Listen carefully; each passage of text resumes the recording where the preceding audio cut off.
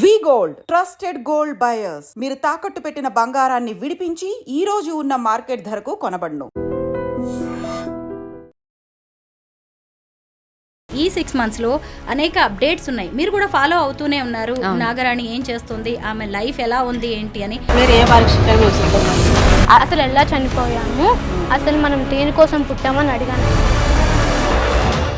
నేను నాగరాజుని, గత జన్మలో నాగ కార్తికేయుణ్ణి, ఆమె లవ్వర్ని, ఆమె ప్రియుణ్ణి, మా ఇద్దరిని కలిసి కొంతమంది చంపేశారు అంటూ ఇంకొక శ్రీనివాస్ అనే వ్యక్తి సీన్ లోకి వచ్చాడు. రాసుకున్న కథ కూడా ఉంది నా దగ్గర అని చెప్పాను, మీరు చూస్తామన్నాడు.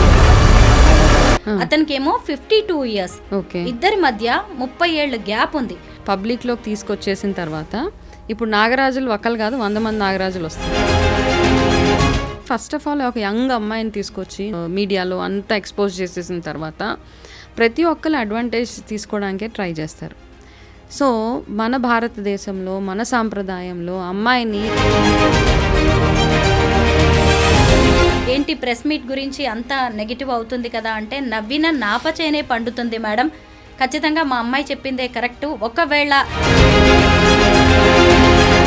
ఏ శిక్షకైనా మేము రెడీ అంటున్నారు, దాన్ని ఆత్మవిశ్వాసం అనుకోవాలా, అతి విశ్వాసం అనుకోవాలంటారా? విగ్రహాలు ఉన్నాయేమో, ఉండొచ్చు, లేకపోయినా నో ప్రాబ్లం. ఇప్పుడు మిమ్మల్ని ఎవరు అంటే వాళ్ళ దృష్టిలో ఏంటంటే అందరు వాళ్ళనే చూస్తున్నారు, వాళ్ళు ఏం చేస్తున్నారా అనేసి మనకు ఒక ఫీలింగ్ ఉంటుంది కొంతమందికి. అదొక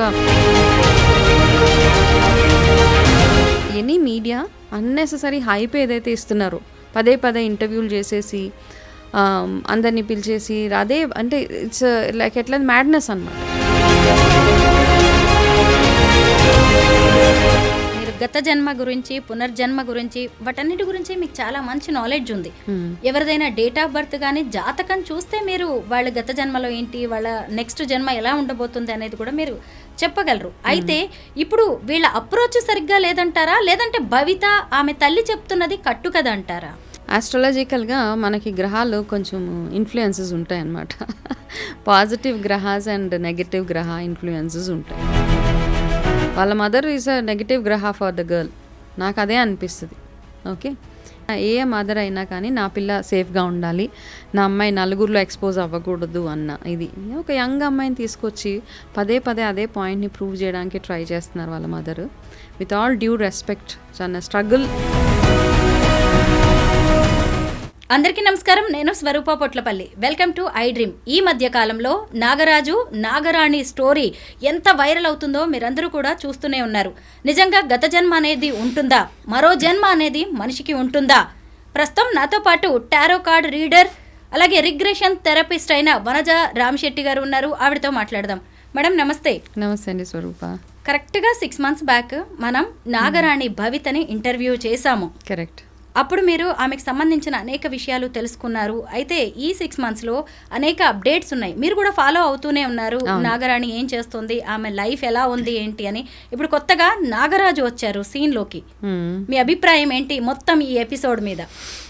ఫస్ట్ ఆఫ్ ఆల్ ఆ 6 months బ్యాక్ మనం ఎప్పుడైతే మాట్లాడాం, డైరెక్ట్గా అమ్మాయితో మాట్లాడినప్పుడు ఫేక్ అని అర్థమైపోయింది. ఇప్పటికీ ఎవరు యాక్సెప్ట్ చేయట్లేదు కదా. అది పదే అదే పాయింట్ని ప్రూవ్ చేయాలని ట్రై చేస్తున్నారంటే ఇది వెనకాల పాస్ట్ లైఫ్ కంటే కూడా ఏదో వేరే రీజన్ ఉంటుంది. అది ఏంటన్నది కనుక్కోవాలి జనాలు. అందరు వెళ్ళిపోయి వాళ్ళ వెనకాల వెళ్ళిపోయి మీరేంటి ఎందుకు వస్తున్నారు అంటే ఎవరు నమ్మట్లేదు. నమ్మకపోయినా వెళ్ళి వాళ్ళ వెనకాల పడి వాళ్ళ దగ్గర నుంచి ఇన్ఫర్మేషన్ లాగడానికి ట్రై చేస్తున్నారంటే అది క్వశ్చన్ మార్క్. నాకే అర్థం అవ్వట్లేదు, ఎందుకు ఇంత హైప్ ఎందుకు చేస్తున్నారు అనవసరంగా. పదే అదే పాయింట్ని ప్రూవ్ చేయాల్సిన అవసరం లేదు. ఓకే, ఒకవేళ నిజంగానే పాస్ట్ లైఫ్స్ ఉన్నాయి, నేను నమ్ముతాను. As a past life regression therapist I believe in past lives. కానీ యాక్చువల్గా పాస్ట్ లైఫ్ అర్థమైన వాళ్ళు, పాస్ట్ లైఫ్ వాళ్ళకి తెలిసిన వాళ్ళు కొంతమందికి రిగ్రెషన్ థెరపీలోకి వెళ్ళక్కర్లే, ఆటోమేటిక్గా కనెక్షన్ ఉంటుంది.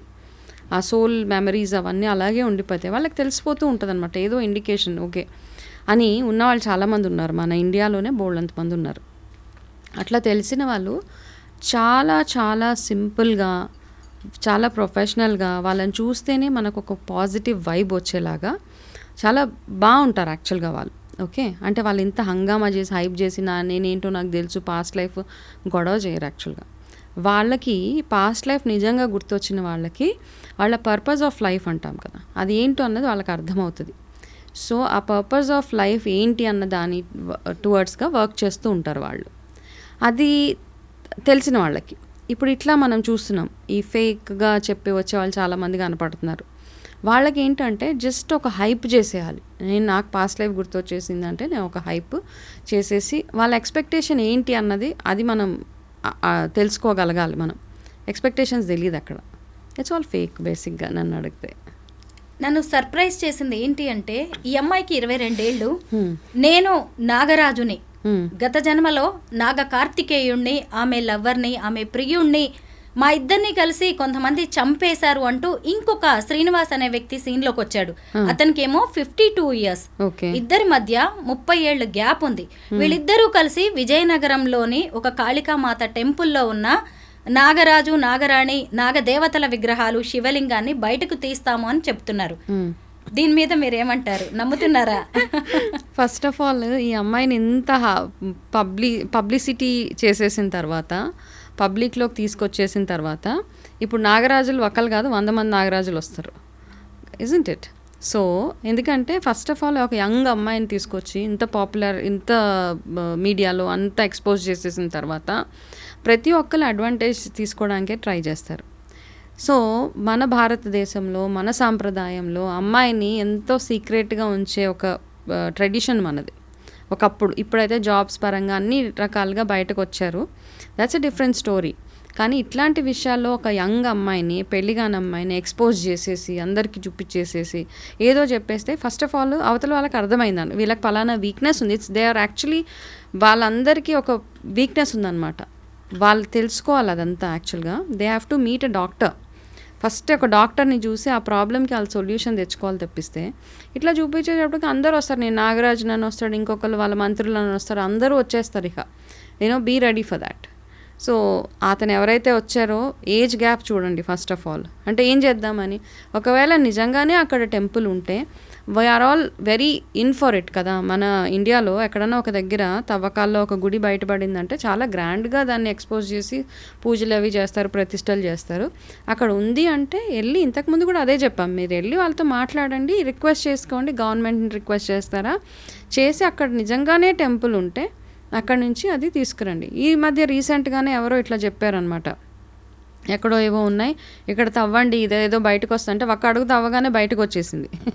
అది తవ్వకాల్లో బయటపడడం అంటే ఎన్నో అడుగులు కిందకి వెళ్తే, లైక్ బోర్వెల్ వెళ్ళినట్టు వెళ్తే కానీ మనకు ఆ తవ్వకాల్లో నుంచి బయటకు రావు. మీరు ఒక్క అడుగు తవ్వించేసి, రీసెంట్గా సమ్ స్టోరీ ఈవెన్ యూట్యూబ్లోనే చూసా, 1-2 అడుగులు తవ్వగానే అందులోంచి ఒక విగ్రహం బయటకు వచ్చిందంటే ఇట్స్ అండర్స్టూడ్, వాళ్ళు వెళ్ళి పెట్టి దాన్ని బయటకు తీసేశారు. అది సో అట్లాంటి స్టోరీస్ కూడా ఉంటాయి, ప్రీ ప్లాన్డ్గా ఉన్నారు. అయితే ఈ విషయంలో ఒకవేళ నిజంగా ఉంది అంటే టేక్ గవర్నమెంట్ హెల్ప్ కదా. ఎందుకు ఇంత అనవసరంగా హైప్ చేసి అమ్మాయి భవిష్యత్తుని పాడు చేసే ప్రాసెస్లో ఎవరికి రైట్ లేదు. ఈవెన్ వాళ్ళ ఓన్ మదర్కి కూడా షీ హ్యాస్ నో రైట్. కరెక్టే. రీసెంట్గా వాళ్ళ ఇంటి దగ్గర కూడా ఒక ప్రెస్ మీట్ పెట్టారు, మీడియా ప్రతినిధులందరినీ పిలిచారు. వాళ్ళు అడిగిన క్వశ్చన్స్కి కూడా సరిగ్గా ఆన్సర్ చెప్పలేకపోతున్నారు. ఎందుకు ఇప్పుడు అక్కడ విగ్రహాలు తీయలేకపోతే మీకు వచ్చే నష్టం ఏంటి అంటే, మా అమ్మాయికి పౌర్ణమికి ఒకసారి మీకు కూడా చెప్పింది మీ ఇంటర్వ్యూలో కూడా, ఇలా కుబుసం లాంటిది విడిపోతుంది, ఊడిపోతోంది శరీరం నుంచి. అలాగే ఆమె రోజు నిద్రపోగానే నాగలోకంలోకి వెళ్తోంది, తన తల్లిదండ్రులతో మాట్లాడుతుంది, తన హెల్త్ బాగుండట్లేదు, ఆ విగ్రహాలని తీసి ప్రతిష్ఠించిన తర్వాత తన హెల్త్ బాగుంటుంది, దానికోసమే ఓ తల్లిగా నా ఆవేదన అని ఆమె చెప్తోంది. సో వెళ్ళి గవర్నమెంట్కి అప్పీల్ పెట్టుకోవాలి. అది ఇలా వచ్చి మీడియా ప్రెస్ పెట్టేసి, మీడియా వాళ్ళని పిలిచేసి ఇంటర్వ్యూలు ఇచ్చేసి ప్రెస్ మీట్స్ పెట్టేస్తే ఏమవుతుంది? గో మీట్ ద ఏదైతే స్టేట్ ఉందో ఆ స్టేట్ గవర్నమెంట్ని మీట్ అయ్యి వాళ్ళకి చెప్పి రిక్వెస్ట్ లెటర్ ఇచ్చుకొని వాళ్ళు ఓకే చేసి ఎండోమెంట్స్ దగ్గరికి వెళ్ళండి, department. They so much of process. మనమందరం ఏం చేయగలుగుతాం కదా, మనం మాట్లాడతాం అంతే. ప్రొసీజర్ ఏంటి? వెళ్ళి ఎండోమెంట్ డిపార్ట్మెంట్ని కలిసి అక్కడ వాళ్ళకి చెప్పండి, మా కళలో ఇవన్నీ వస్తున్నాయి, నిజంగా తవ్వకాలలో మీకు అవి బయటపడితే ఓకే, వెల్ అండ్ గుడ్, చక్కగా ఒక దేవత ప్రతిష్ఠిస్తాము, అయిపోతుంది, పూజలు అవన్నీ చేస్తాము. అంతేగాని మీరు ఒక సంవత్సరం నుంచి మీరు దీని వెనకాలే పడిపోతే ఎట్లా? మీ అమ్మాయిని సేఫ్ గార్డ్ చేసుకోవాలి, తను ఎవరైతే ఉందో భవిత. మీడియా, నెటిజన్స్, మీలాంటి వాళ్ళు ఇంతమంది ఇలా తప్పుపడుతున్నా కానీ ఇప్పటికీ కూడా ఆ ప్రెస్ మీట్ తర్వాత కూడా తాను చెప్తున్నదే కరెక్ట్, తన కూతురు చెప్తున్నదే కరెక్ట్ అన్నట్టుగా భవిత తల్లి సుభాష్ని ఉన్నారు. ఆ తర్వాత కూడా ఆమె నాతో ఫోన్లో మాట్లాడడం జరిగింది. ఏంటి ప్రెస్ మీట్ గురించి అంత నెగిటివ్ అవుతుంది కదా అంటే, నవ్విన నాపచేనే పండుతుంది మేడం, ఖచ్చితంగా మా అమ్మాయి చెప్పిందే కరెక్టు. ఒకవేళ మేము చెప్పినట్టుగా విగ్రహాలు అక్కడ లేకపోతే ఏ శిక్షకైనా మేము రెడీ అంటున్నారు. దాన్ని ఆత్మవిశ్వాసం అనుకోవాలా, అతి విశ్వాసం అనుకోవాలంటారా? అక్కడ నిజంగానే విగ్రహాలు ఉంటే వెరీ గుడ్. అయితే మీరు ఏం పాయింట్ ప్రూవ్ చేద్దాం అనుకుంటున్నారు అన్నది ఇక్కడ క్వశ్చన్ మార్క్. ఓకే, విగ్రహాలు ఉన్నాయేమో, ఉండొచ్చు, లేకపోయినా నో ప్రాబ్లం. ఇప్పుడు మిమ్మల్ని ఎవరు అంటే వాళ్ళ దృష్టిలో ఏంటంటే అందరు వాళ్ళనే చూస్తున్నారు, వాళ్ళు ఏం చేస్తున్నారా అనేసి మనకు ఒక ఫీలింగ్ ఉంటుంది. కొంతమందికి అదొక ప్రాబ్లం అనమాట. అందరూ నన్నే చూస్తున్నారు, ప్రపంచం అంతా నా వైపే చూస్తుంది అన్న ఒక ఫీలింగ్లో వాళ్ళు ఉన్నారు. ఫస్ట్ ఆఫ్ ఆల్ అందులోంచి బయటకు రావాలి. రెండోది ఏంటంటే అన్నెసెసరీగా ప్రతి ఒక్కరు ఎనీ మీడియా అన్నెసెసరీ హైప్ ఏదైతే ఇస్తున్నారో, పదే ఇంటర్వ్యూలు చేసేసి అందరినీ పిలిచేసి, అదే అంటే ఇట్స్ లైక్ ఎట్లా మ్యాడ్నెస్ అనమాట. వాళ్ళని పిలిచి ఇంటర్వ్యూలు చేసేసి వాళ్ళు ఎక్కడ ఉంటే అక్కడికి వెళ్ళిపోతున్నారు.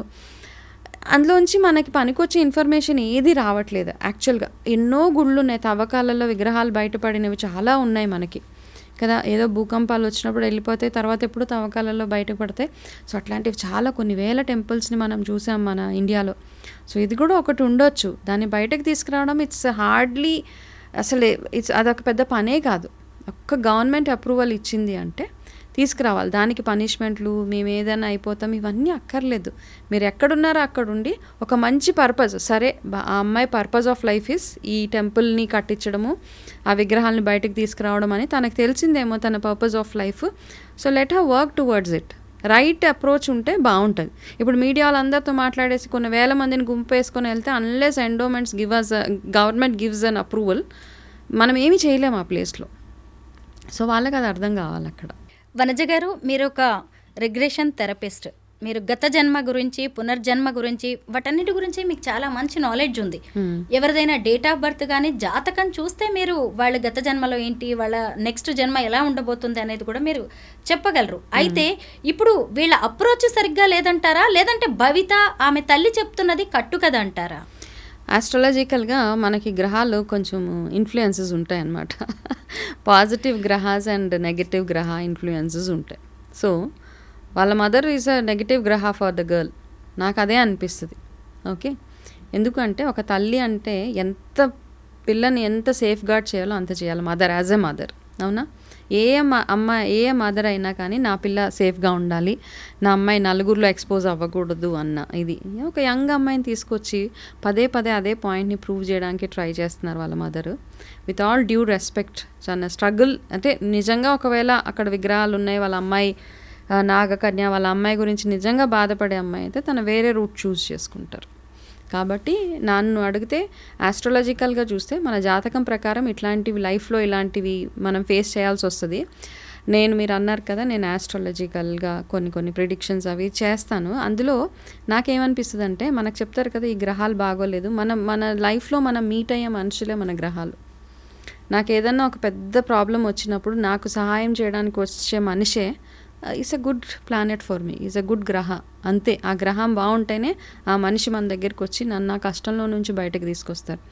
సేమ్ థింగ్ మనం యంగ్స్టర్స్ని ఇంతకుముందు మా చిన్నప్పుడు జ్యోతిష్యం చెప్పడానికి తీసుకెళ్తే, ఈ అబ్బాయికి ఈ గ్రహం బాగాలేదండి, గ్రహాలు బాగాలేదంటే మదర్కి ఏమనిపిస్తుంది?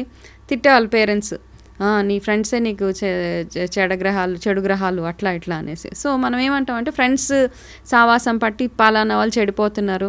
సో ఈ ఇన్ఫ్లుయెన్సెస్ అన్నీ ఉంటాయి మనకి మన లైఫ్లో. మనం మనుషులు ఎవరైతే మనల్ని మీట్ అవుతారో వాళ్ళని మనం తీసుకెళ్లే డైరెక్షనే ఇవన్నీ గ్రహ ఇన్ఫ్లుయెన్సెస్ అనమాట.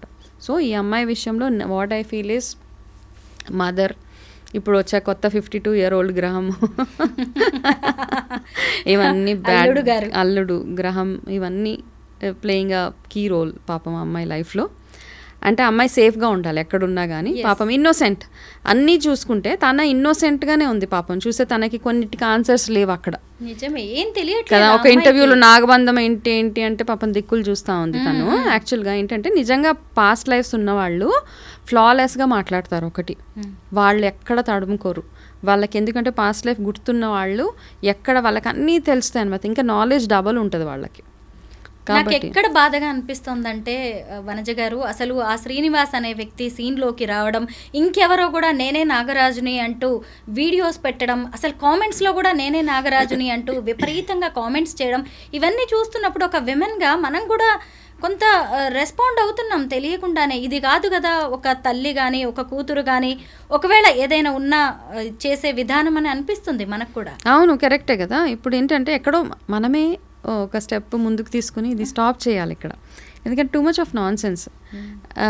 ఏ ఉమెన్ కమిషన్ అవ్వచ్చు, వాట్ ఎవర్ ఇట్ ఈస్, అట్లాంటి వాళ్ళు కొంచెం ఇన్వాల్వ్ అయ్యి ఇది ఇక్కడికి స్టాప్ చేయాలి. ఒక అమ్మాయిని అనవసరంగా ఎక్స్పోజ్ చేసే రైట్ ఎవ్వరికి లేదు మన ఈ లైఫ్లో, ఇంక్లూడింగ్ ద పేరెంట్స్. అవును, ఎవరెవరో కొత్త కొత్త వ్యక్తులు వచ్చేసి తెలియకుండానే రేపు ఆమె లైఫ్ ఎలా వెళ్తుంది, వాళ్ళ తల్లి లైఫ్ ఏంటి అనేది కూడా కొన్ని క్వశ్చన్స్ అయితే వస్తున్నాయి. చాలా ఫ్యూచర్ ఉంది ఆ అమ్మాయికి. కొంచెం అమ్మాయిని మెండ్ చేసి చక్కగా కౌన్సిలింగ్ ఇప్పించి డాక్టర్ దగ్గరికి అంటే డాక్టర్ దగ్గర తీసుకెళ్ళండి, స్కిన్ ప్రాబ్లమ్స్ ఉంటే స్కిన్ డాక్టర్ దగ్గర తీసుకెళ్ళి, ఇంకా వేరే ఏమైనా సైకలాజికల్ ఇష్యూస్ ఉంటే వెళ్ళి కౌన్సిలింగ్ తీసుకొని ఆ అమ్మాయి ఒక మంచి ట్రాక్లో వెళ్ళేలాగా వాళ్ళ మదర్ హెల్ప్ చేస్తే that's a blessing for them, అంతే. టారో కార్డ్ రీడర్గా మీకు చాలా మంచి పేరుంది. అసలు ఈ టారో కార్డ్ రీడింగ్ అంటే ఏంటి, ఎలా చేస్తారు? యాక్చువల్గా ఏంటి అంటే మనకి ఆస్ట్రాలజీ కానీ న్యూమరాలజీ కానీ చూసుకుంటే చార్ట్ ప్రకారం మనకు తెలిసిపోతుంది మన లైఫ్లో జరిగే ఇన్సిడెంట్స్ ఏంటి, ఏ ఇయర్లో ఎట్లా ఉంటుంది, ఏ ఇన్ఫ్లుయెన్స్ ఎట్లా ఉంది అని మనకి తెలిసిపోతుంది. దాని తర్వాత ఈ సేమ్ విత్ న్యూమరాలజీ నెంబర్స్ ప్రకారం నేను చెప్పగలుగుతాను మీ లైఫ్లో ఎట్లా ఉండబోతుంది, ఏ ఇయర్స్ మీకు బాగుండబోతుంది, ఏ ఇయర్స్ బాగోలేకపోతుంది. సో ఇవన్నీ కొన్ని predictions. But when it comes to tarot రీడింగ్లో ఏమవుతుందంటే ఇట్ ఈస్ అ డివినేషన్ అంటే ఒక టూల్ అనమాట, మనకు ఒక మీడియేట్ చేసేది, నేచర్కి మనకి ఒక మీడియేటర్ అది. సో అందరూ టారో రీడింగ్ నేను కూడా నేర్చుకున్న ఫస్ట్ 1-2 ఇయర్స్లో పెద్ద నేనేం గ్రేట్ టారో రీడర్ని ఏం కాదు, కానీ అది ప్రాక్టీస్ చేయాలి. ఒక ఆటలాగా కాకుండా అది సీరియస్గా ఒక భగవంతుడు ఇచ్చిన ఒక ఆపర్చునిటీ లాగా మనము దాన్ని గనక ప్రాక్టీస్ చేయగలిగితే, ఆ ప్రాక్టీస్ చేయడానికి కూడా మనకి చాలా ప్రొసీజర్ ఉంటుంది. ఒక టారో రీడర్ని నేను అవ్వాలి, నేను ఒక టారో రీడర్గా ఎస్టాబ్లిష్ చేసుకోవాలి, నేను ఒక గుడ్ టారో రీడర్ని అవ్వాలి అంటే నేను చేయాల్సినవి చాలా చాలా స్టెప్స్ ఉన్నాయి. అవన్నీ చేసి నా ప్రిడిక్షన్ ఏదైతే ఉందో ఆ ప్రిడిక్షన్స్ కరెక్ట్ అవుతాయా లేవా, అలా అని 100% ప్రిడిక్షన్స్ రైట్ అని కూడా నేను చెప్పను. నేను చేసిన ప్రిడిక్షన్స్లో మేబీ 70-80% కరెక్ట్ అయి ఉంటాయి. కొంతమంది విషయాల్లో ఫెయిల్ అయి కూడా ఉండవచ్చు నాకు తెలిసి. ఓకే, బట్ చాలామంది మీరు చెప్పింది అయిందండి అని చెప్తారు, కొంతమంది జరగలేదు అంటే మేబీ ఆ టైంలో నాకు ఆ డివినేషన్ వర్క్ చేయలేదు. కాబట్టి ఆ ప్రాక్టీస్ చేస్తూ చేస్తూ చేస్తూ నేను as a tarot reader I feel comfortable as a tarot reader more than astrology ఇవన్నిటికంటే కూడా టారో రీడింగ్లో నేను చాలా చాలా కంఫర్టబుల్గా ఉంటాను. బికాస్ నాకు ఎవరైనా రీడింగ్ చేసినప్పుడు ఐ ఫీల్ గుడ్ దట్ ఏదో ఒక డైరెక్షన్ ఇవ్వగలుగుతున్నాను వాళ్ళకి, ఒక హ్యాపీ ఫీలింగ్ వస్తుంది నాకు. టారో కార్డ్ రీడింగ్ గురించి మీ దగ్గరకు వచ్చే వాళ్ళు ఎలాంటి ప్రాబ్లమ్స్, ఇష్యూస్తో వస్తుంటారు?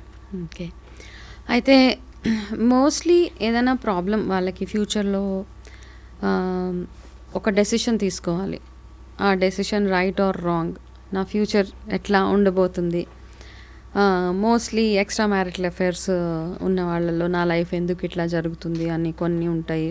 కొంతమంది స్టూడెంట్స్ ఉంటారు, వాళ్ళ ఎగ్జామ్స్ రిలేటెడ్ క్వశ్చన్స్ అవన్నీ ఉంటాయి. కొంతమందికి మెంటల్ హెల్త్ ఇష్యూస్ కూడా ఉంటాయి, వాళ్ళకి ఏదో ప్రాబ్లం అనిపిస్తూ ఉంటుంది, ఎందుకు నా లైఫ్లో ఇట్లా అవుతుంది. ఇవన్నీ చాలా అంటే ఆల్మోస్ట్ ఆల్ ప్రాబ్లమ్స్కి నా బిజినెస్లో స్లో డౌన్ అయ్యింది, దీని నుంచి ఎట్లా బయటికి రావచ్చు నేను, ఇట్లాంటివన్నీ వస్తూ ఉంటారు. So based on my reading health issues, ఒకటి హెల్త్ బాగోలేదు, వైఫ్ అండ్ హస్బెండ్ రిలేషన్షిప్స్లో ఇష్యూస్ ఉన్నా, పిల్లలు కొంతమంది చాలామంది పిల్లల విషయం గురించి వస్తూ ఉంటారు నా దగ్గరికి, వాళ్ళ పిల్లలు సరిగా మాట వినట్లేదు, లేకపోతే మల్టిపుల్ ఇష్యూస్ అనమాట, రాంగ్ డైరెక్షన్లో వెళ్తున్నారు, ఇట్లాంటి అందరు అని almost all kinds of issues వస్తారు. అసలు టారో కార్డ్స్ అంటే ఎలా ఉంటాయి, చూపించడం కుదురుతుందా మాకు? వీటిని డెక్ అంటాం అనమాట, టారో డెక్స్. సో ఇది యాక్చువల్గా మన ఏజ్ ఓల్డ్ ఫస్ట్ ఇంట్రొడ్యూస్ అయిన డెక్ ఇది. మనం ఎప్పుడైతే టారో స్టార్ట్ అయినాయో యాక్చువల్గా ఇవి చాలా పాతది. టారో రీడింగ్ అన్నది యాక్చువల్గా ఇండియా నుంచి కొంతమంది వలస వెళ్ళిపోయి మళ్ళీ ఈజిప్ట్ అక్కడ నుంచి అవన్నీ మళ్ళీ ఇక్కడికి మళ్ళీ రీక్రియేట్ అయిందనమాట. ఇక్కడ మళ్ళీ మనం స్టార్ట్ చేసాం ఇక్కడ.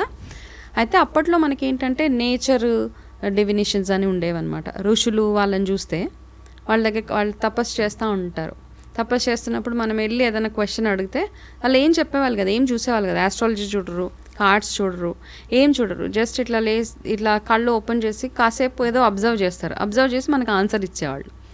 సో పవర్ ఆఫ్ నేచర్ అనమాట. వాళ్ళు నేచర్ని చూసి చెప్పేవాళ్ళు. నేచర్లో they will see something. Okay, so నేను ఈ టారో నేర్చుకుంటున్నప్పుడు నేను యాజ్ అ ట్రైనీ మాకు కొన్ని టాస్క్స్ ఇచ్చారనమాట. ఏమని అంటే నేచర్ది ఎట్లా కనెక్ట్ అవుతామని చెప్తాను నేను. Homeworks basically. హోంవర్క్లో భాగంగా వాళ్ళు కేస్ స్టడీస్ ఇచ్చేవాళ్ళు అనమాట. ఒక ఇష్యూ, పంజాబ్ నుంచి ఒక అతను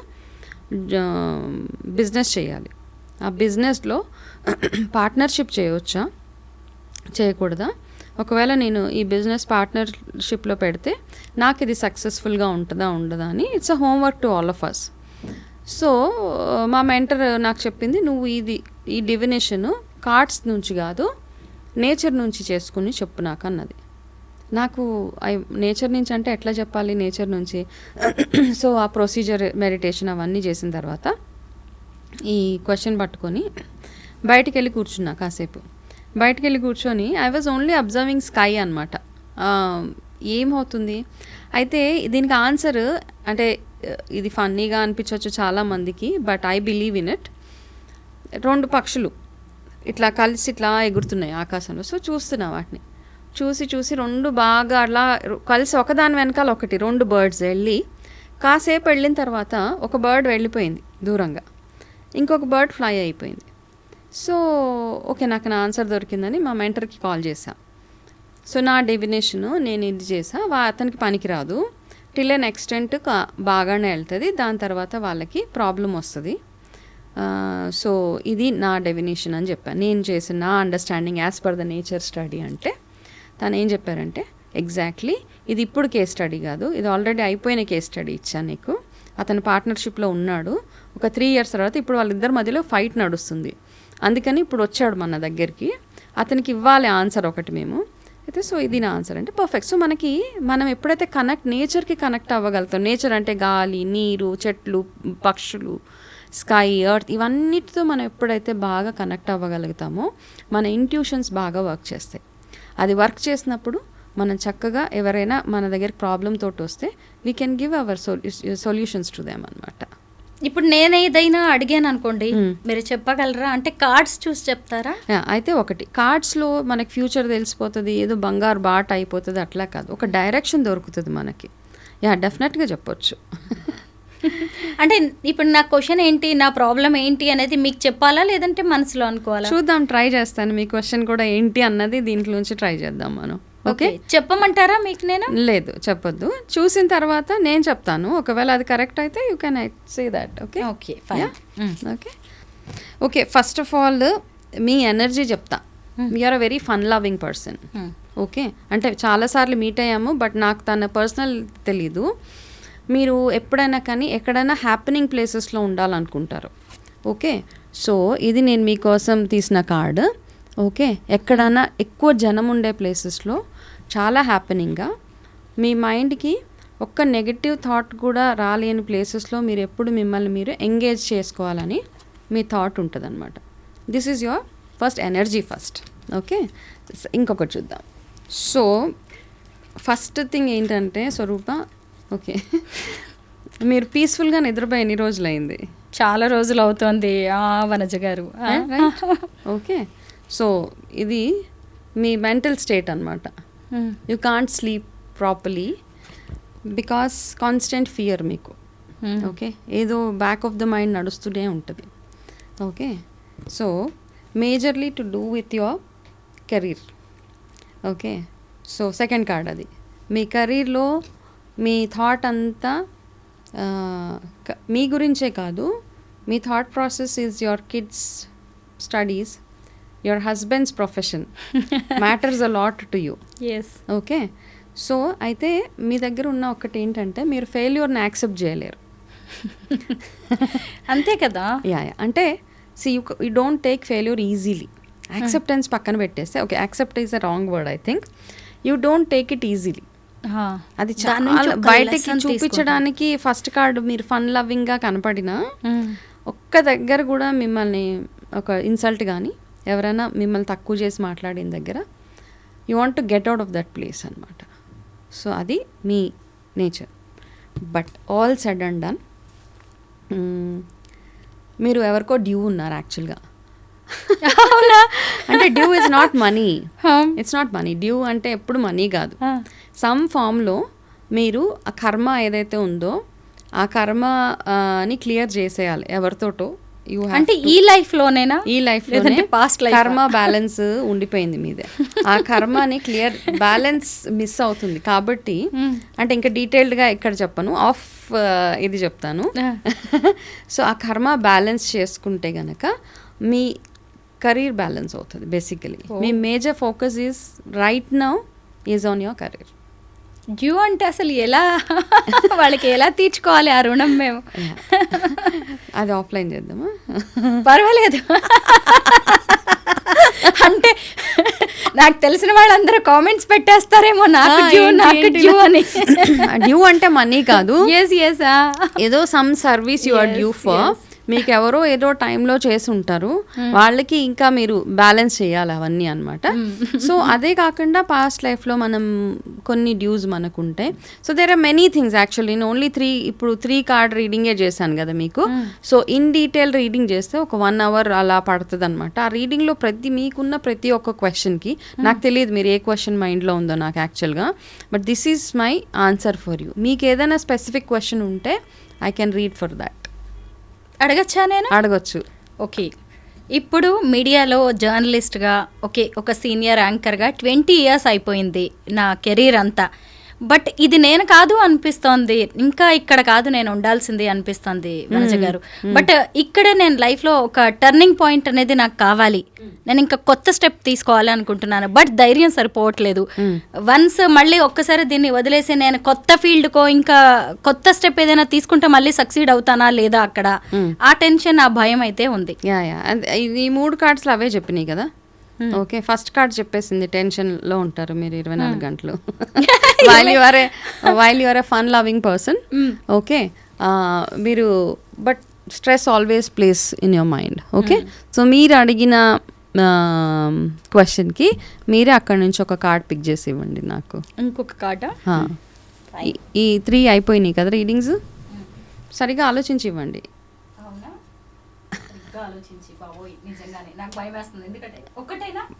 ఇట్స్ ఓకే, 2 అయినా ఇట్స్ ఓకే.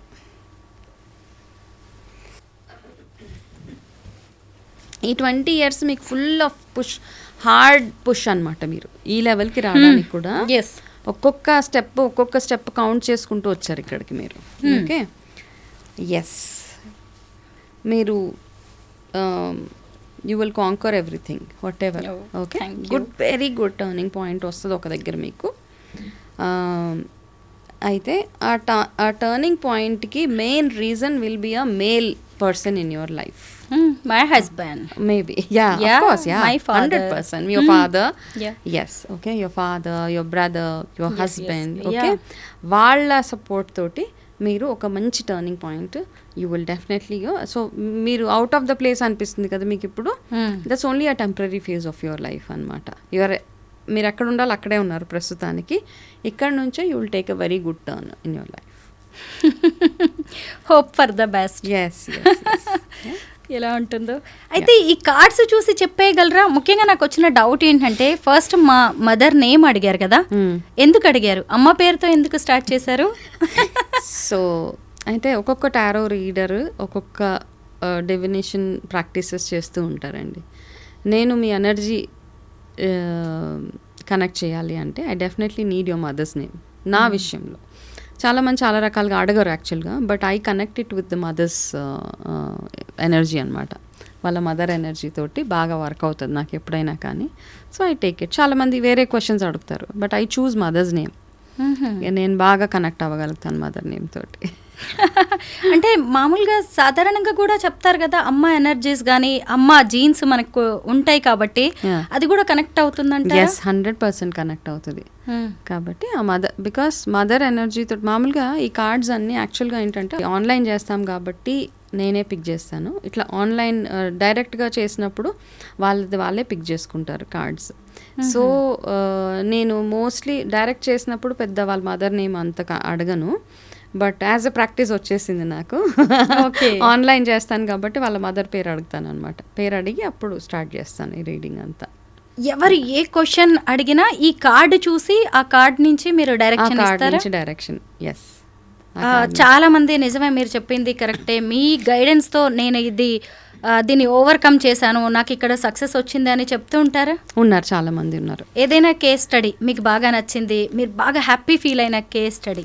చాలా ఎక్కువ మటుకు రిలేషన్షిప్ ఇష్యూస్ ఉన్న వాళ్ళ దగ్గర ఏవైతే అయిందో, నాకు చాలా ఉన్నాయి అట్లా, 1-2 కాదు, చాలా కేసెస్ ఉన్నాయి అట్లా. ఒక కేసు ఏంటంటే వాళ్ళ అబ్బాయి స్పోర్ట్స్లో వెళ్ళాలి, వాళ్ళ అబ్బాయి అదే స్టేట్ లెవెల్ ప్లే చేయాలి. ఆ ప్లే చేసే ప్రాసెస్లో వాళ్ళకి లాస్ట్ మూమెంట్ అనమాట, ఒక్కసారి పోయింది తనది, లాస్ట్ దాకా వచ్చి అబ్బాయి ఫెయిల్ అయిపోయాడు అక్కడ సమ్ ప్లేయర్. సో ఎక్కువ రివీల్ చేయలేను వాళ్ళది ఐడెంటిటీ, సో మేబీ వాళ్ళకి ప్రాబ్లం ఉండొచ్చు ఆ ప్లే దాంట్లో. సో నాకు రీడింగ్ చేశారు వాళ్ళు, 3 times చేయించుకున్నారు నాతో reading. So first time reading చేయించుకున్నప్పుడు నేను అన్న ఈసారి టఫ్ అయిపోతుంది వాళ్ళకి అన్న. సో ఆ సారి అవ్వలేదు. Second time there is no chance. Second time కూడా అలాగే అయింది. మూడోసారి మాత్రం నా కార్డ్స్ ఆల్ పాజిటివ్ కాదు. ఏ కార్డ్ తీసినా వాళ్ళకి 1 hour రీడింగ్లో ఎన్ని కార్డ్ తీస్తే everything was so good for the boy. So ఆ సార్ అన్నాను ఈసారి మాత్రం షార్ట్గా తనకి మీరు ఈసారి హీల్ విన్ ద కప్ అంటే, ఆ సారి he was a winner of that contest అనమాట. అలా ఒకటి అయింది. తర్వాత వైఫ్ అండ్ హస్బెండ్ చాలా ఉన్నాయి, అంటే ఇప్పటికి చాలా వేలు చేసేసి ఉంటాను కదా, దేర్ ఆర్ మెనీ కేసెస్. అయితే ఏంటంటే కొంతమంది పాపం వెనక్కి వచ్చి చెప్తారు, సజెస్ట్ చేస్తారు, madam so with your guidance. So repeat readings చేయించుకునే వాళ్ళు ఉంటారు, చాలామంది రిపీటెడ్గా చేయించుకుంటారు. వాళ్ళకు ఒక ప్రాబ్లం, ఒకళ్ళైతే ఒక క్లయింట్ ఎవ్రీ 2 monthsకి ఒకసారి కార్డ్ రీడింగ్ చేయించుకుంటుంది. నేను అంటాను ఎందుకమ్మా ఎన్నిసార్లు ఎందుకు చేయించుకుంటున్నారంటే, ఏమో మేడం నాకు అదొక బాగా అనిపిస్తుంది మీతో రీడింగ్ తను యాక్చువల్గా షీజ్ ఇంటూ బిజినెస్ అనమాట. సో తన బిజినెస్ పరంగానే ఎప్పుడు రీడింగ్ చేయించుకున్నా ఓన్లీ అమ్మాయి బిజినెస్ కోసం కార్డ్ రీడింగ్ చేయించుకుంటా ఉంటుంది తను. అంటే ఏదైనా డెసిషన్ తీసుకోవడానికి ఎస్ ఓకే, ఏ డెసిషన్ కోసం అన్నా చేస్తుంటే అట్లా రిపీటెడ్గా. కొంతమంది ఉన్నారు అంటే, కొంతమంది ఏంటంటే కొన్ని పిచ్చి క్వశ్చన్స్ అడుగుతూ ఉంటారు. అట్లాంటి వాళ్ళకి కొంచెం మనకు కూడా కాస్త ఇరిటేషన్ వచ్చేసి చాలాసార్లు వాళ్ళకి రిఫండ్ ఇచ్చేస్తాను అనమాట. I charge for my tarot reading వాళ్ళ. అండ్ ఇంకొకటి ఏంటంటే, నా విషయంలో చాలాసార్లు టారో రీడింగ్ కోసం వచ్చినప్పుడు నేను బ్లంట్గా చెప్పేస్తాను నేను చేయను టారో రీడింగ్, బికాస్ ఎక్కడో ఒక ఎనర్జీ అనిపిస్తుంది అనమాట వీళ్ళకి నేను చేయకూడదు అనేసి. ఏదో అంటే వాళ్ళు మంచి ఇంటెన్షన్తో రీడింగ్ కోసం రారు, ఏదో ఉంటుంది మేబీ అది ఎంతవరకు కరెక్ట్ రాంగ్ అన్న ఆ థాట్ అర్థమైపోతుంది నాకు. వాళ్ళతోటి కాల్ మాట్లాడగానే ఇమీడియట్గా I will tell my manager, లేదులే ఈ కాల్ తీసుకోవద్దు, just tell them I'm busy, ఏదో ఒకటి చెప్పాలి ఆ టైంకి. నేను తీసుకోను అట్లాంటివి. అట్లా ఉన్నాయి కొన్ని కేసెస్, 2-3 కేసెస్ ఉన్నాయి. కొన్ని పొలిటీషియన్స్ అట్లాంటివన్నీ వచ్చినాయి. సో అవి ఆపేస్తాను. మిగతా పాపం జెన్యూన్గా ఉంటారు కొంతమంది, సో వాళ్ళతో రీడింగ్ చేస్తాను. So it is all I enjoy this work what ever I'm doing, because ఏదో ఒక మనకు వచ్చే ఇంట్యూషన్ ఏదైతే ఉందో అది వాళ్ళకి వర్క్ అవ్వాలి బేసికలీ అవతల వాళ్ళకి. మీరు నా కార్డ్స్ చూసారు కదా, ఓవరాల్గా నా లైఫ్ గురించి ఏం చెప్తారు? కుదురుతుందా అలాగా టారో కార్డ్ రీడింగ్ ద్వారా చెప్పడం? ఆఫ్ కోర్స్ కుదురుతుంది. అయితే ఈ కార్డ్స్ అయిపోయింది, ఇంకా దీంట్లో నుంచి నేను చెప్పలేను, మళ్ళీ ఐ హ్యావ్ టు మీరే తీసి చెప్పండి. నైస్ అండి, you are a woman of strength basically. Okay, మీ ఓవరాల్ లైఫ్లో మీరు చిన్నప్పటి నుంచి కూడా అంటే నాకు స్వరూప గారు తెలుసు. ఇక్కడ ప్రాబ్లం ఎక్కడ వస్తుందంటే ఫర్ ద ఆడియన్స్, మనకు ఆల్రెడీ తెలిసిన వాళ్ళ గురించి చెప్పాలి అంటే కొంచెము మీకు ఆల్రెడీ తెలుసు కదా అని ఒక ఫీలింగ్ నాకే వస్తుంది. కాకపోతే మీరు అడిగిన ఈ ఆస్పెక్ట్స్ అంతగా తెలియదు. We both have a professional friendship only as of now. ఎప్పుడో 1-2 సార్లు ఇంటర్వ్యూస్ తప్పిస్తే పర్సనల్ డీటెయిల్స్లోకి ఎప్పుడు వెళ్ళలేదు. సో అయితే తన basically are a woman of strength అనమాట. అంటే మీరు మీ ఏదైతే స్ట్రెంగ్త్ అండ్ ఎనర్జీ ఉందో మీ చుట్టుపక్కల ఉన్న వాళ్ళకి కూడా ఇస్తారు. ఓకే స్వరూపం ఉంది, ఓకే ఫర్ ఎగ్జాంపుల్ చిన్న ఎగ్జాంపుల్ చెప్తా, మీ ఇన్లాస్ ఉన్నారు కదా. సో మీ ఇన్లాస్ దగ్గరికి వెళ్ళినప్పుడు వాళ్ళకి ఒక సెన్స్ ఆఫ్, మీరు ఒక ట్రావెల్ చేస్తున్నారు అనుకోండి, ఏదో పిలిగ్రిమేజ్కి వెళ్ళారు, 100 మంది ఉన్న స్వరూపం ఉంటే ఓకే షీల్ టేక్ కేర్ అన్న ఒక ఫీలింగ్ మీరు ఇస్తారు వాళ్ళకి. Okay, so as a daughter in law you've been like that throughout your life, and I think you are a biggest strength and support for your family also right now, for your children. So it's a very good card. Thank you so much. It's brief, చిన్నగా చెప్పేశాను, సింపుల్గా.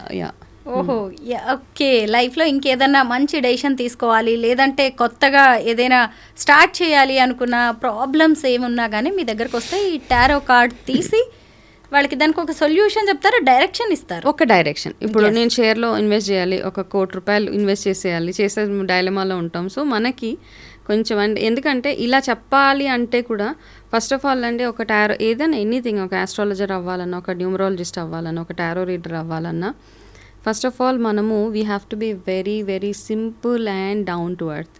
Simple అంటే ఏంటంటే చాలా వాటిని ignore చేసేసేయాలి లైఫ్లో. మన ఈ బ్రెయిన్ ఏదైతే ఉందో ఇది చాలా పీస్ఫుల్గా ఉండాలి.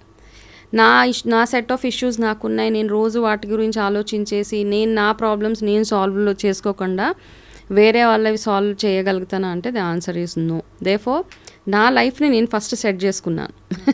What ever issues I had in my life, anything, lot of things అందరికీ ఉంటాయి.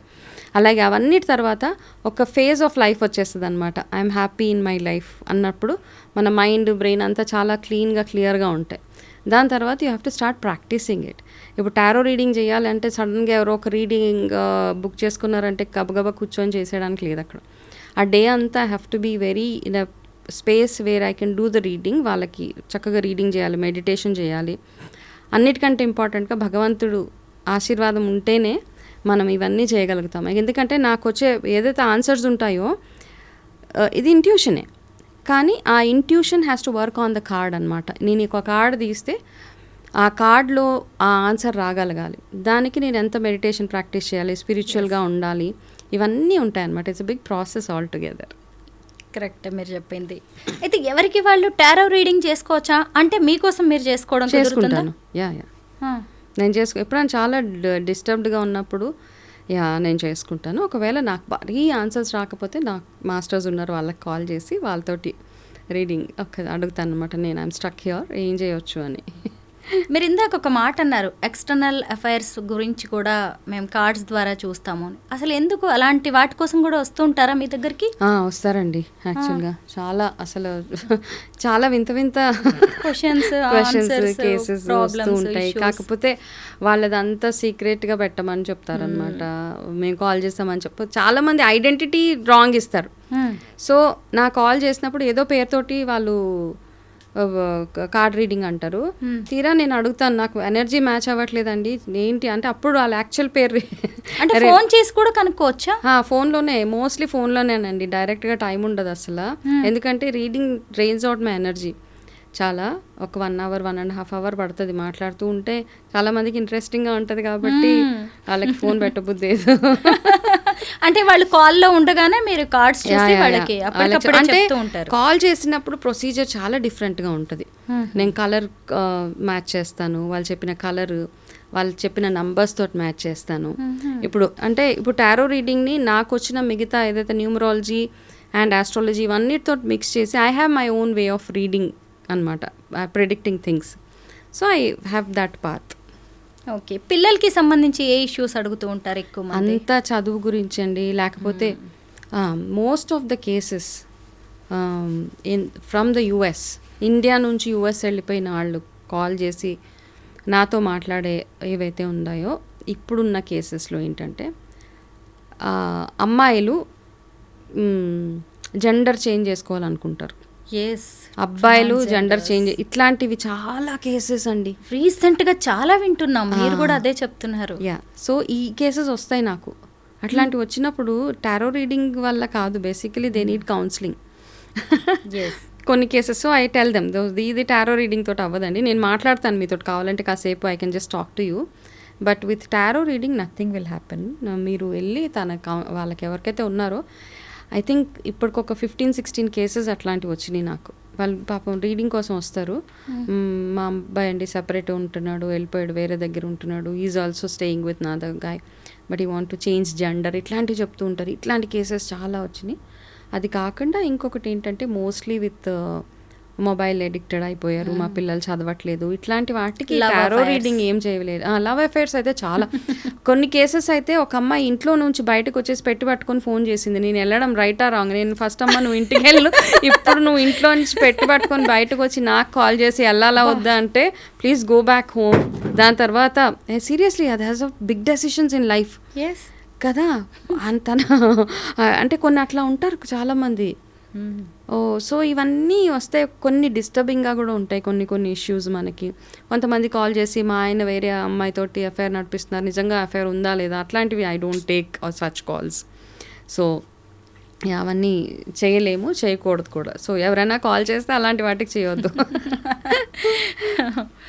మొత్తానికి టారో రీడింగ్ గురించి మాకు చాలా మంచి ఇన్ఫర్మేషన్ ఇచ్చారు వనజ గారు. మీలో ఉన్న ఇంకా కొత్త టాలెంట్ని నేనైతే దగ్గర నుంచి చూశాను. చూస్తాను మీరు ఇచ్చిన డైరెక్షన్స్తో నేనేమన్నా ఇంకాస్త నన్ను నేను మౌల్డ్ చేసుకోవడానికి, ఏమైనా కొత్త స్టెప్స్ తీసుకోవడానికి ట్రై చేస్తాను. Thank you so much. Welcome.